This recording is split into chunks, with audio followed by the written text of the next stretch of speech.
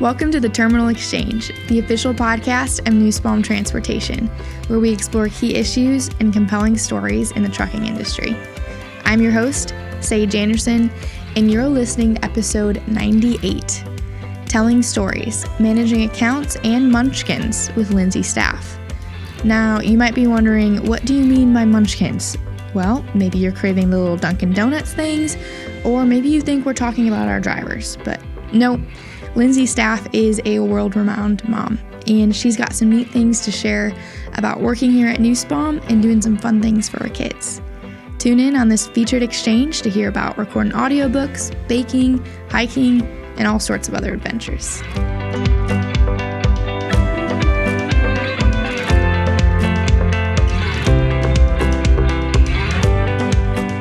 Well, welcome. Thank you. And why don't we just give a start with, where did you grow up? Okay. Well, I grew up in Saybrook, so it's a little town between Bloomington and Champaign. We lived in town, so not too far. So mainly spent most of the time here in central Illinois. Sure. Yeah. So what school did you go to? So for grade school and all that, it was Ridgeview, and then I went to ISU for college. Sure. So yeah. Okay. So I've been in the area. Any extra curriculars? Yeah. Yes. Yeah, no, I did a lot growing up. I was basically, I feel like when you're in a small school, you get to do a lot of things. So Yeah. I did softball, I did volleyball, I did track in you high, and then I did competitive cheerleading and tumbling, travel ball. So I did everything you could do. I did. I loved playing sports and doing stuff. Wow. I kind of burnt myself out by my senior year though, because I did so many, but I don't regret it. It was a lot of fun. Any musical instruments? Or? I did. I played the drums after my brother. He got me into that. So I did do percussion in high school and did jazz band and stuff with them. Okay. I'm never as good as him. Sure. For sure. Not at all. But I could keep a rhythm, so that was good. So you weren't in the marching band? Oh, I was. Oh, okay. Yeah. So when games? when you're in, I don't know if you went to a small school or a big school. Okay. Yeah. You do everything. So we did the marching band, pep band before a basketball game. So you'd go up in your uniform, even though I cheered, you'd be doing pep band and then come down, and marching band. It was just you would, so I didn't do football cheerleading. I did volleyball. So Volleyball had cheerleading? No. I did, so I wasn't cheering during football games. Okay. So we had a basketball squad. So then I'd have to play at halftime and stuff like that for those. So yeah, we did band. I did band, and yeah, so we had the different times, but yeah. So at a small school, you're kind of in everything. If not, then they don't have enough people to do a lot of things, to be honest. There wouldn't be enough for a lot of things. Sure. So did you win anything on homecoming court or? I did not, which I'm okay with. No, a lot of my friends did with the homecoming court and stuff. I don't know. I feel like I just tried to play hard, and I had a lot of good friends. And I feel like when you grow up there, you know everyone, and everyone knows you from the time you're little. And I don't know. Well, I asked Ryan because he's your cousin. Yeah. And I was like, any memories growing up? And he said you guys used to maybe surf the stairs on some laundry. Laundry baskets. Yeah. Yes. So my house was the house we always would do it. Even when they would come over, we would take laundry baskets or a sleeping bag, or my sister had this really big dog stuffed animal that you could sit on. Mm-hmm. And when you go into my parents' house, there's the front door, and then it's straight up to the stairs. And we would all pile on and see how fast we could go down the stairs, which kind of we did too in the winter, because we'd pack my parents' back porch stairs in the winter to sled, and we would build up a hill really high and would slide down, which we still actually do that with all of my kids and my brother's kids and sister's kids. They'll still pack it up in the winter. We have not let them do the stair thing yet, mainly because we almost put a hole through my parents' the door and the and the wall. And so then they made us go to the basement stairs and do it. And then that just came more reckless because we'd like pile up pillows and couch cushions because you'd end up into that wall, and we're like, we're going to tear something up more. So, but yes, no, we definitely did that a lot. So not many injuries? Or? Luckily, no. Okay. Not that I remember. We really should have gotten a lot more hurt than we did. Yeah. I think, honestly, it probably originated from Home Alone. You know how he sleds down the stairs? Yeah. I'm pretty sure that's how they got the idea. Yeah. But I blame Ryan and my brother because, I mean, they're both 8 years older than me, and Ryan's sister, Heather, so we learned a lot from them. Yeah. So I will just say they get the credit for it. But, yeah. With my cousins, I did it kind of backwards, where I'd be walking up the stairs, and then my cousin around my age, we'd always go for each other's heels. Oh, okay. So you had to run as fast as you can, or the other one would grab the heel and kind of pull you down. Okay. And there's nothing more frightening than somebody behind you on the stairs. Oh my goodness. I hear you on that. Yeah, no, ours was more fun, and he was down the fastest, and then we always got put, because we were the youngest, in the front, so that was probably a little bit more scary. I don't know. Or if we were out when we were sledding and stuff out back, it was they'd basically push us off the hill to make sure everything was okay. So then they could all go down.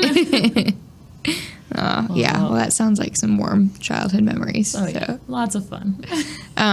So you went to ISU, and what did you study there? I studied marketing and economics. Okay. Yeah.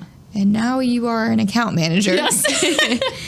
Are you using it, or? I mean, I guess you use some of it. I mean, marketing was for a business degree, and I think you use all aspects of that with, drivers, and I think even looking at some of the data with customers or how lanes are functioning. So, I mean, maybe that's some of that economic aspect. So yeah, kind of. I know it's kind of weird. You go in for one thing, and life kind of changes, and you go a different way. You still learn.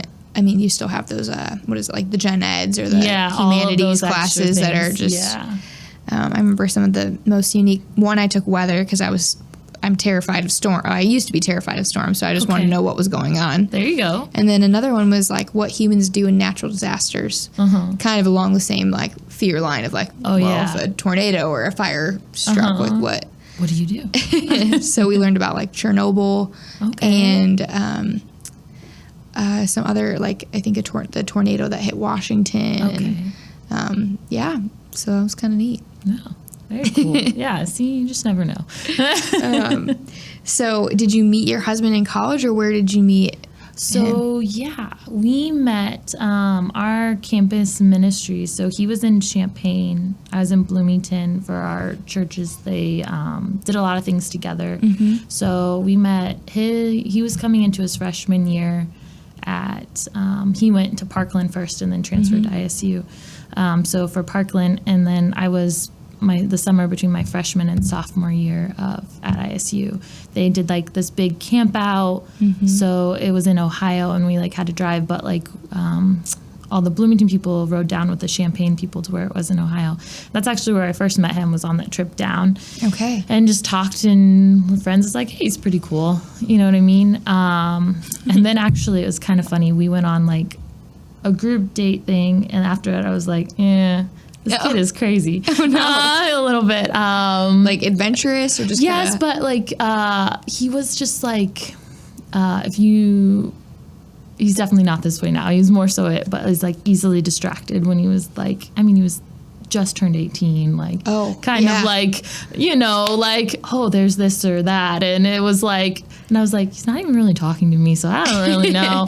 But we actually became really good friends over the next 2.5 years, because our ministries would do so much stuff between it, once a month at least, and we just became really good friends. And then we started dating I went 4.5 years, so it was part of my senior year of college.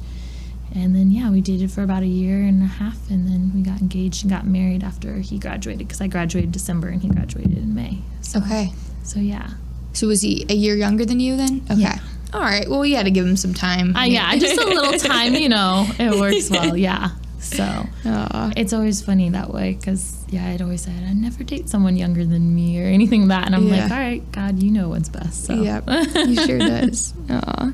So after college, where did you begin your career? Was it Nussbaum? Was it somewhere else? Yeah, so I actually moved and graduated out of college, and I actually started at C.H. Robinson. Oh, okay. So we actually work for them as a brokerage. They're one of our brokerage.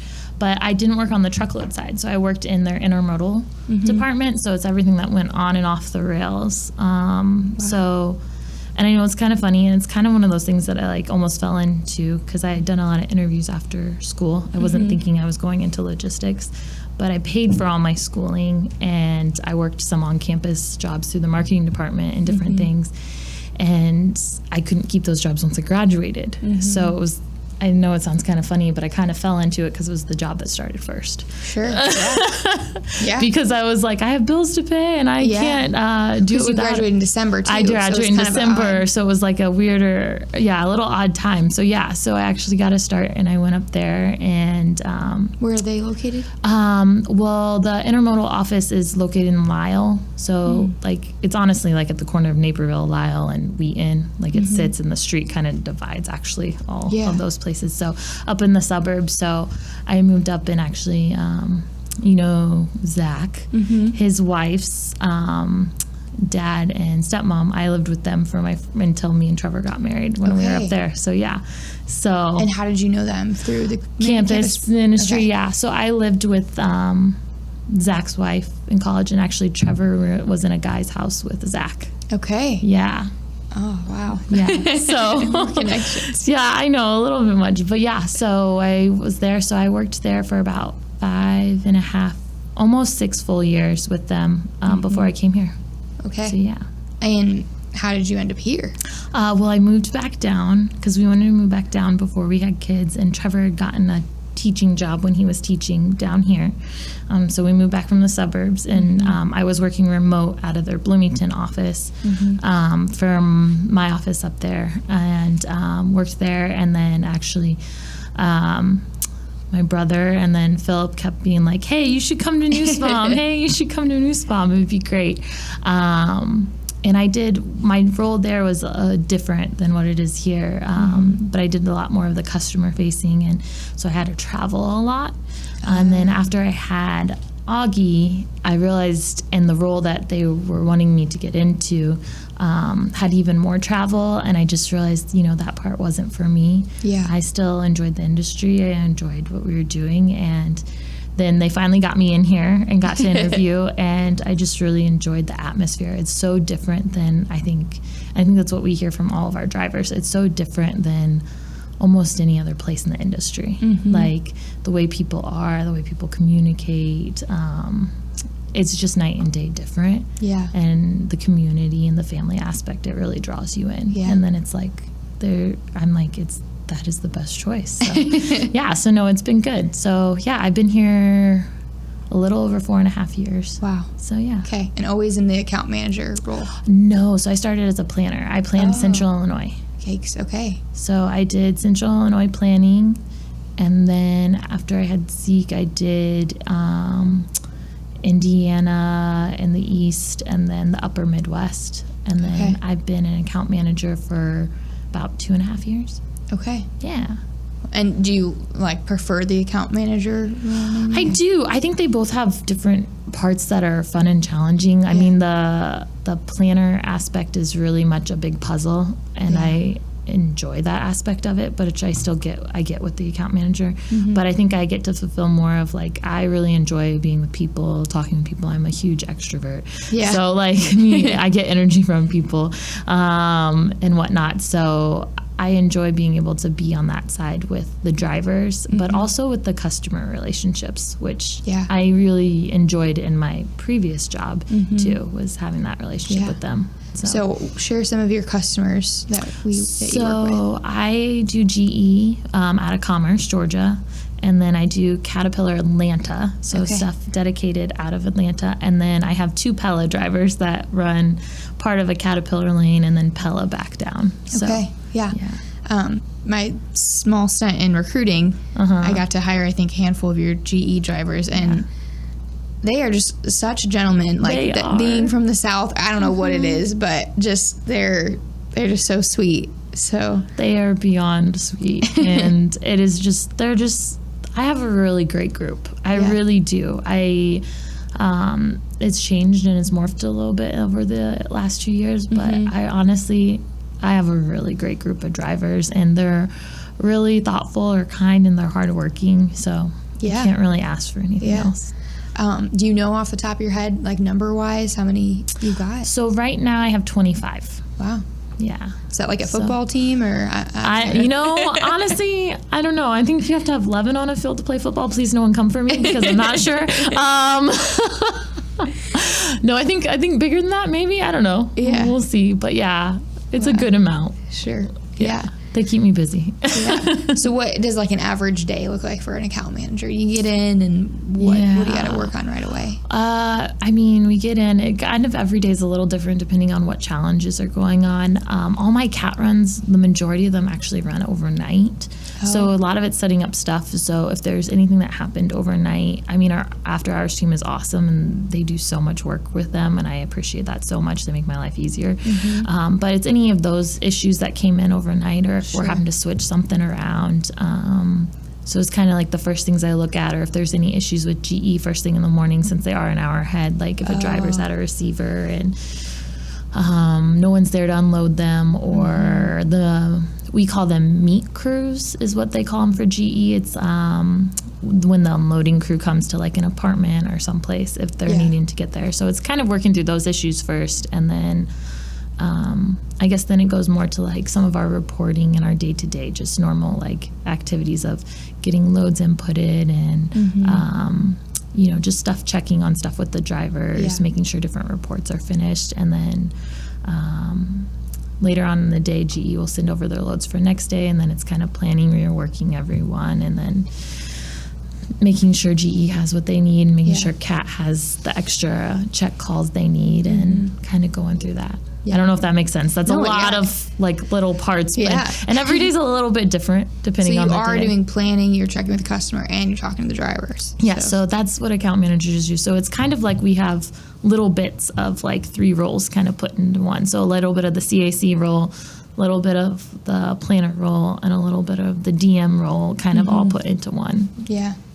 Do you find that, so like if, let's say the person next to you is off, another account manager, and you got to cover for them, is that like, oh no, this is going to be a really hard day, or you're depends on the account. Depends on who's off. Yeah. No, some of them have gotten really good, and I've used like all the other GE ones, like they function a little different than Commerce, but like I've done them enough times that it's not a big deal. Lear, because I used to do Lear back in the day. Back in the day, I mean like a year ago. I feel pretty good about that. I always joke with Marissa, I need to learn Rivian and Overwise because they've been great, but they've been challenging because to get everything set up with some of the new lanes, it's been hard.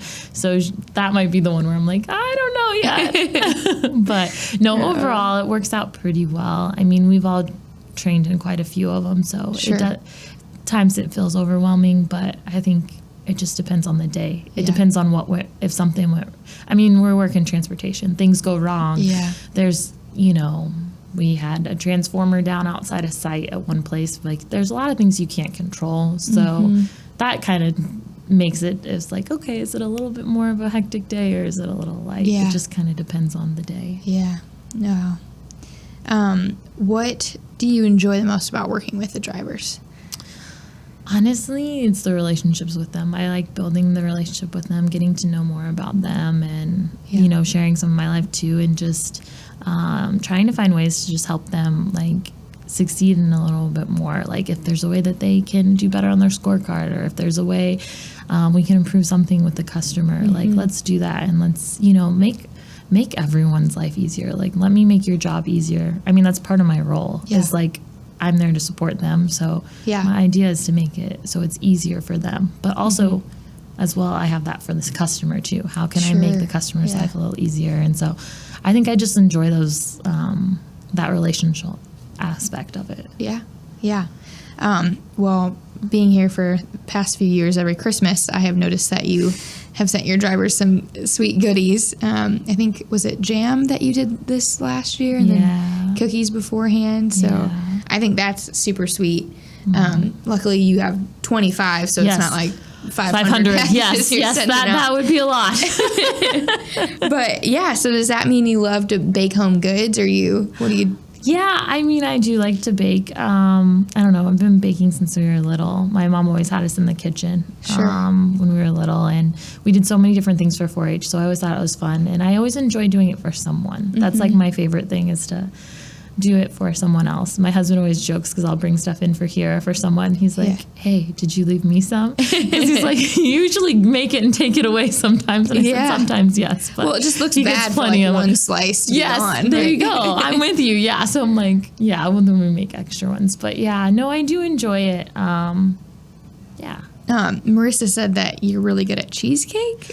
So I do have a cheesecake that people like. It's actually, I don't know, it was probably from a magazine way long ago from my mom. We started making it, I think I made it when I was like 8 or 9. It's a chocolate chip cookie dough cheesecake. Okay, that's why. And that's part of the reason why, and it has little bits of cookie dough in it. But it's nice because you can make it easily, like, we have a lot of family that are like gluten-free or celiac, so it's an easy one you can make that's like gluten-free or regular. Yeah. And they taste about the same. So okay. Just the crust is different, or? Well, you just make gluten-free chocolate chip cookies for the crust. The crust is chocolate chip cookies. Wow, yeah, that explains it. So yeah. But yeah, I don't know. There's muffins that most people really like. I make these lemon blueberry muffins, which maybe I'll have to make and bring in sometime. But yeah, I enjoy it. It's nice to do it for someone else. Yeah. So. Oh yeah. And what does your family time look like at home? Do you cook with the little boys, or? I do. They do. They like to do, their favorite is honestly to make either banana bread or pancakes. But if they can help, they do really enjoy it. We'll pull up, on our island, we'll pull up 2 of the stools backwards, and they'll get up and mix things in and do stuff, and they really enjoy it. How old are they? 5 and 3. Okay. Yeah. So Augie was doing it since he was really little. I don't know. My mom always has them up there if they're out there to do Christmas cookies or something. Like the kids are on a stool and they're putting stuff in, and that's just kind of how we grew up. Everyone's helping and doing it. So yeah, they get to help and do stuff with me as well. So which I enjoy. Family time, I don't know. We do it all sorts of ways. I mean, we always do family dinner, which is really important to me with them. We do books in the morning before they go to daycare and school. Me and Augie do that a little bit. Zeke sleeps a little longer. He likes his sleep. Yeah. He'll pull the cover over his head and be like, I'm like, I feel you. But I don't know. We do lots of games. We play outside a lot. They've got a lot of energy. If anyone's been to my house, they know we have kind of like, our house goes almost in like a circle in a way. Like there's like a front room, like a living room into like our kitchen, and there's dining room, and there's like this front room, but there's like this loop. So we call it the racetrack at our house. So they'll usually start over on like the hearth on the fireplace, and then they like will run around and do circles. So they like to be like a dragon, like Toothless, if you've ever seen How to Train Your Dragon. So they think they're, we play the Celtic music from that stuff, and they'll run around in circles, or a car like Lightning McQueen, like fast and see who's going. So some of that. Otherwise, we're usually outside playing, or running around, or riding bikes. They love riding bikes right now, so that's been a huge thing. We'll go and ride bikes on the trail. Do they have training wheels on, or? So Zeke does. Augie doesn't. Wow. So this year he's off of training wheels. Okay. So he did a great job. He was a little afraid at first, and just honestly, it was like within 2 times. I think he didn't have a balance bike here, but at daycare they had a balance bike, and he was doing that all the time. So I think they work, because he literally, after the first time, then he was like, good to go. And I was like, all right, you got this.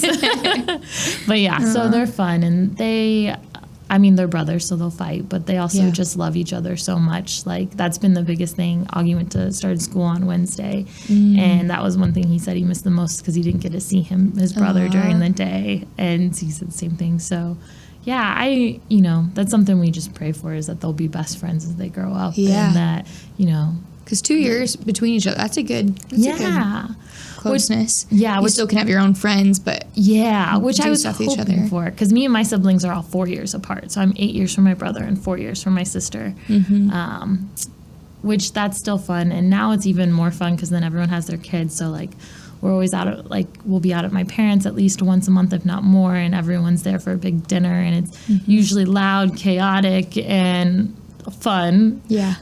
Either taking kids on like a little 4-wheeler ride, or I was really crazy the last time, decided, well, with Zeke, when he rides, I run next to him because he doesn't go very fast. Sure. So I usually run to help and, go through, and I took them all out into the country, and we did like a 3-mile ride and had like so many of the cousins, and probably bit off way more than I could chew at that point, but it was fun and it was good. So you ran 3 miles while they were? Yeah, when they go. And I mean, we'd had to stop for Zeke and go through, but yeah. Sure. No, but I really like to run. So, and out there, it's peaceful. Yeah. So. Well, another rumor I heard was that you do marathons. So I haven't done any in about a year and a half. I was going to do another one this September, but training is just, when you have 2, it gets a lot harder to find the time. So yeah, no, I've done, I think 5 halves and 1 full. Wow. So, but that's over like 8 years or so. Yeah. Wow. So Has your husband gone with you, or? He's not ran. He will do like short runs every once in a while with me, but Sure. he is an electrician now, so he does a lot of stuff outside, a lot of labor. So by the time he's done, he's like, yeah, I'm not really, like, he'll run and play with the kids or go on a bike ride with the kids, but yeah, he's not really into running, which is okay. Yeah. He's got so many other amazing qualities. He doesn't have to be my running buddy. Yeah. Where was the marathon that you did? So I did, the full marathon I did was actually Champaign. Okay. Yeah. Okay. So, Not the Boston or? no. Oh my goodness. No, I'm not that fast, girl. I can run for a really, really long time. I'm slow, but I can run for a long time. So Boston's like the fastest of the fast people I think that so. go? Yeah. I mean, Boston, you have to qualify for Boston. Oh, okay. So yeah, there's a portion of that. I did say, I always thought maybe I'd want to do Chicago someday, which I still maybe will. I said, once our kids are grown, and it just takes a lot to train, and it's a lot of time, where I'd rather spend it right now with them than, And you can run the 3 miles beside them. When when they go on a bike ride or, riding on the trail. So right now, smaller amounts. We'll see someday, though. Yeah. About the books. Yeah. So is it true that you actually will record certain books so they could like listen to it when you're not with them? So yeah, actually, Not that we're trying to copyright anything, but I know. No, I got the idea from actually Zach's wife on we were talking through for long car rides or trips. And so when we had a wedding out in South Carolina that we drove to, when Augie was just about 18 months, like a year and a half. And so I was trying to think of ways to do it, because we don't have a tablet or anything for our kids at the moment. So there's not like a screen or anything, but like stuff that would help them besides just sitting there and coloring and whatnot. So I sat down and I just recorded a bunch of their favorite books. Aww. So then we could play them. And now we do them on long trips, or like if we're coming home late from my parents, and it's like bedtime, or we pushed it a little bit and it's after bedtime, I'll play a few of their favorite books, and it will, like, they'll fall asleep then on the car ride in. So yeah. You want to share any of those books, or? Oh, there's all different ones. The funny one is, one of their favorite ones is, we have this, I don't remember who it's from. I think it was from my brother. It was like encyclopedias of all these animals. And so my oldest really likes horses. And so it's literally all about horses. So it's literally 15 minutes long of like reading through the book on all the information you could believe about horses. But the other ones are like, I Love You Forever. They really like Pete the Cat Goes Camping. Pete the Cat Goes Camping. We have Busy Trucks on the Go is one. They have different Bible stories in there. My youngest son is obsessed with Noah's Ark and has been since he was 2. I mean, I know he's only 3, but since like early 2. So we have multiple Noah's Arks. So like that one's always on there. Yeah, I don't know. I just went down a list and was like grabbed a bunch of their favorite ones. And it's funny you say that, because it reminded me, because I was just like, I need to go pick out some of their new ones. Dragons Love Tacos is also on there. They do really like that one too, but to pick out some more. But it's just, they enjoy it. And it's made me think through I should actually have my parents and I should have like Trevor read some too, because maybe down the road, like, hey, then it's like you have the different people who have read it to them, their favorite book. So I don't want my mind to go there, but I also think like one day if, you know, one of you passed away too early, how special that would be to say like, oh, I have these books that mom like put on tape for me that I like she used to read, and just to be able to have your voice and to listen to it. So that's really special. Do you think you'll continue when it gets to like the longer books? Like, I don't know. Some of them are, like I told you, I think I read 15 minutes of like, and I didn't even get through the whole book. So maybe we'll see. I know I need to do some more because there's just more that they're into now, and some more, like you said, longer books that they really enjoy now. So we'll see how long it goes. I don't know how long they'll like it and enjoy it for. I mean, I think we'll get to a point where they get to an age that maybe we will do like, have to find audiobooks and listen to them. Joe and I love audiobooks. It's just good for us to travel and do stuff with, but you only get 1 credit a month on Audible. I know. And then if you pick the wrong book, you're like, oh man, can't get this back. So I don't know if you have a library card, but Hoopla is Bloomington Public Library. They have a ton of audiobooks. So I have Libby because I do like Deer Creek. Okay, gotcha. Area, so I don't think they have as much. Gotcha. But that still works. That's where I usually steal ones from, because I'm with you. I'm a big I really like audiobooks. I feel like there's so much going on. Yeah. I'm impressed because Zach can actually walk around the pond and read a book in his hand. I don't think that's like safe. No, or I don't know if there's any other humans that actually do that and can function. I'm like, I don't know, but I guess it's like those people who can walk on a treadmill and read a book, or like run or bike, which I used to try in college. And I've tried before, and it's not happening. I would be tripping and falling out there, or I'd probably end up in the pond. So I'll just stick to, not walking and doing it at the same time. What are some other ways that help you with just balancing work and being a mom? I think that the book and making sure you're up early in the morning helps, but anything else you could give I feel like I'm still learning. I feel like every stage has been so different. Some have been more challenging than others. I don't know. I feel like we're finally getting into a different groove, which is good. And it's trying to find that balance of, actually doing some time for myself, and then some time, because my time when they're awake is usually with them because I work and they're at daycare. So like that morning time is really special to me. And then when we get home is really special until bedtime. And then me and Trevor just making sure we have our time. So I don't know. I don't think there's a formula, and honestly each day is different, and I feel like I don't always do it right. The only thing that I think, though, for our kids, if you ever do with your kids, is especially once there's multiples, that I've just enjoyed we've done that someone told us to do, is they said go on dates with just one kid at a time. And there's some of the things that they both will tell me how excited about certain times where we went. And it doesn't have to be expensive. Sometimes we just go to the park, or we go look at, there's a pond not too far from where we live, like a nature preserve, and they've got turtles, like you can always see in it.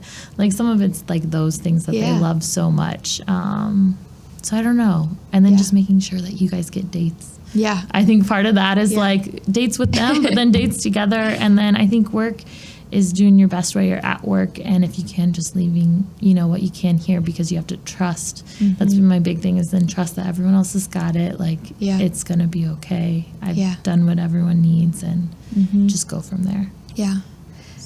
Is it true that you take turns, I think, with Zach and his wife to like watch each other's kids for date nights? So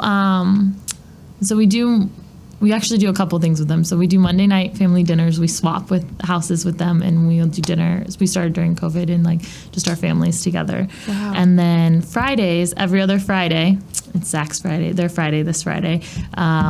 Like my husband or me will go over to their house once their kids are down, and they'll go out for a date, and we'll babysit. And so we swap babysitting every other week. So we get about 2 dates a month. So, which is nice. Yes. What are some of your favorite spots when you do the dates? Like just Honestly, a restaurant? we will grab like a card game or something in a hammock in the summer and go find some place to like sit and put up the hammock, or we'll end up at like Fusion Brew and with the cards or whatnot. If we're actually going to go out to eat, we'll do like Anju or someplace if we're going to do something special than that. But honestly, most of our times are usually like a game of some sort or sitting in a hammock and just talking and having time. So I don't know. They're very chill because we usually do like, so it's like 7:30 to like 9:30 or so or 10. So it's usually a little later. So it just depends on what's open and where we're at. So yeah, well, that sounds sweet. Yeah. So find another couple. Some people I know do it with like, they do like a group. And they'll like, everyone brings their kids all to like one house. Yeah. So it's during the day, and then the other ones do a date. So I don't know. It sounds wise. Sounds good. Another story that Zach mentioned, he said 6 years ago, you and your husband and the Hildebrands were hiking in the Manistee National Forest, and you found a wreath of bones. Oh my goodness, Zach. So yes, that was really stories weird or something. and creepy. Yeah.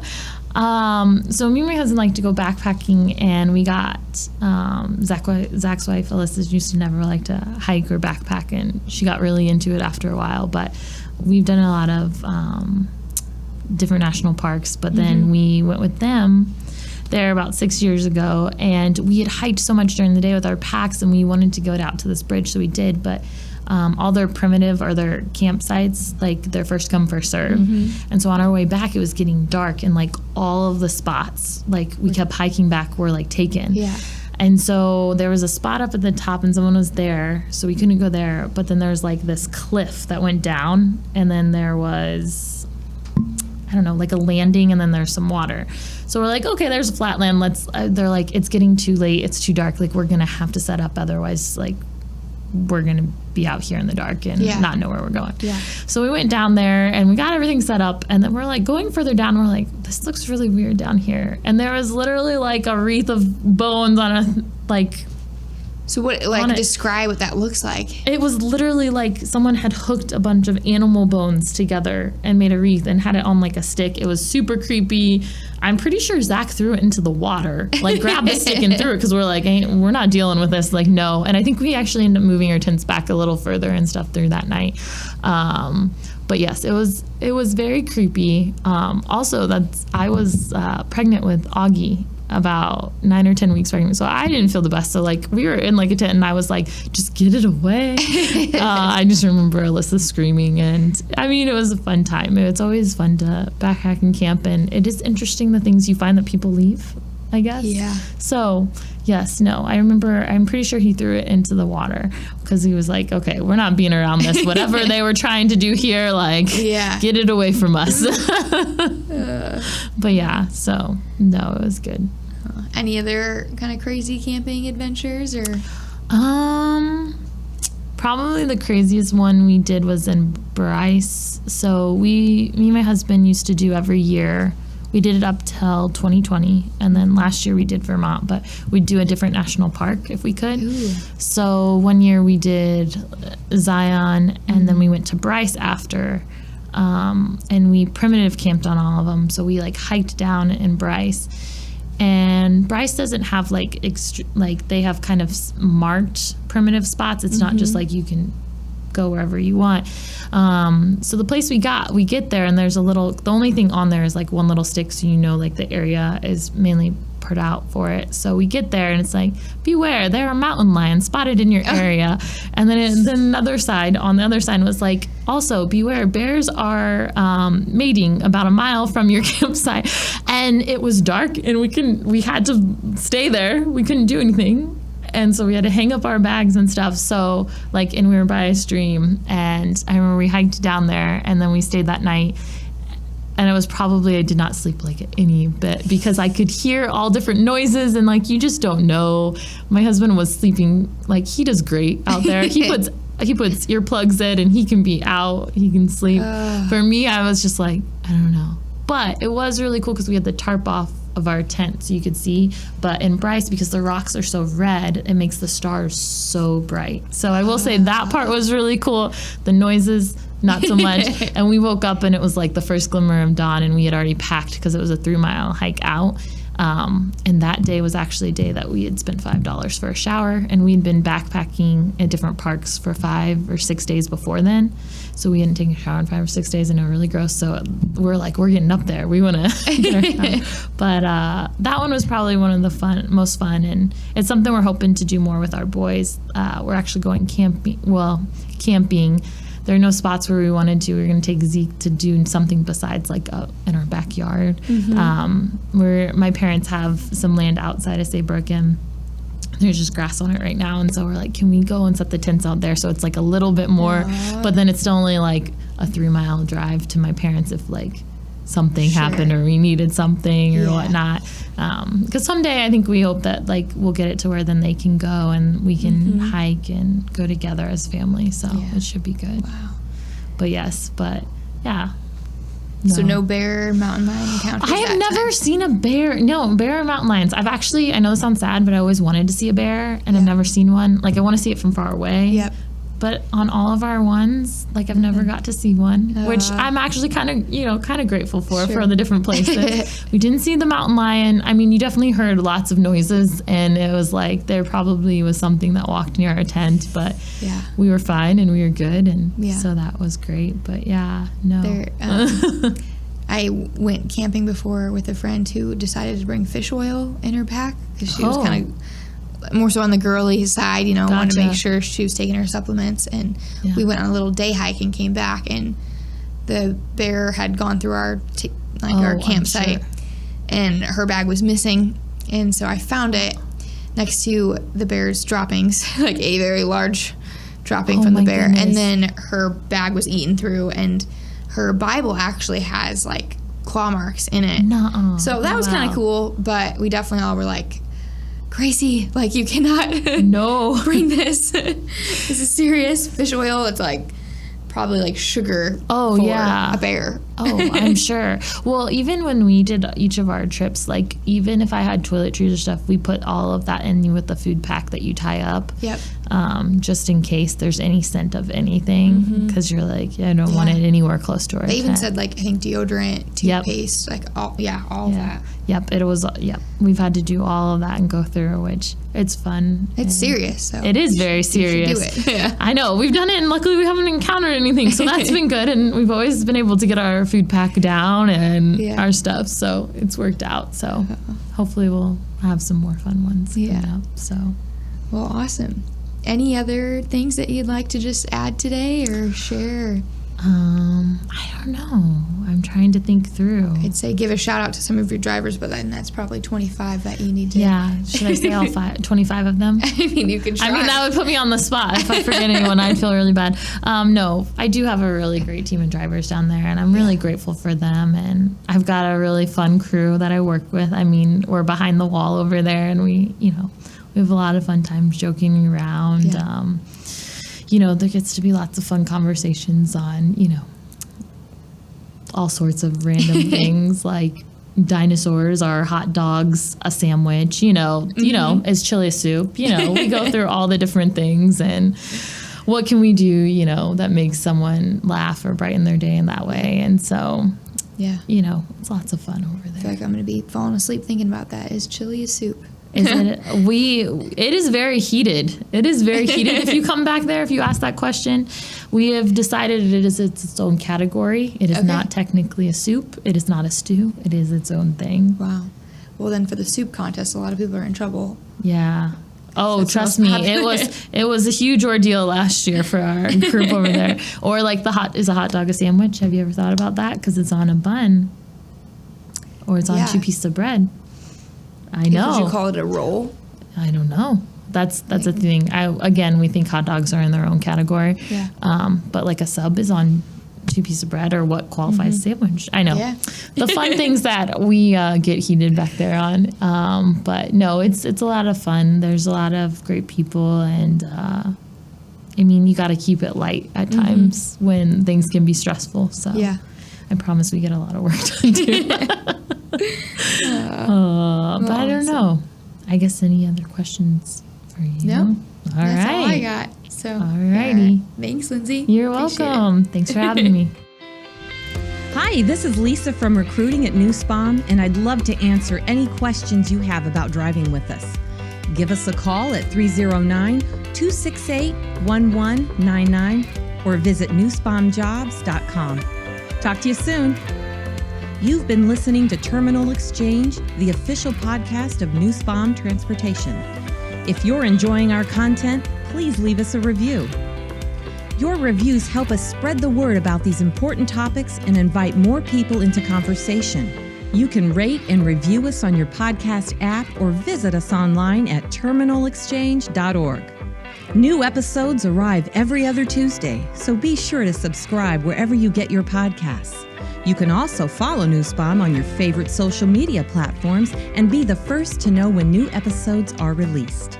Thanks for listening. Until next time, own every moment and stay purpose-driven.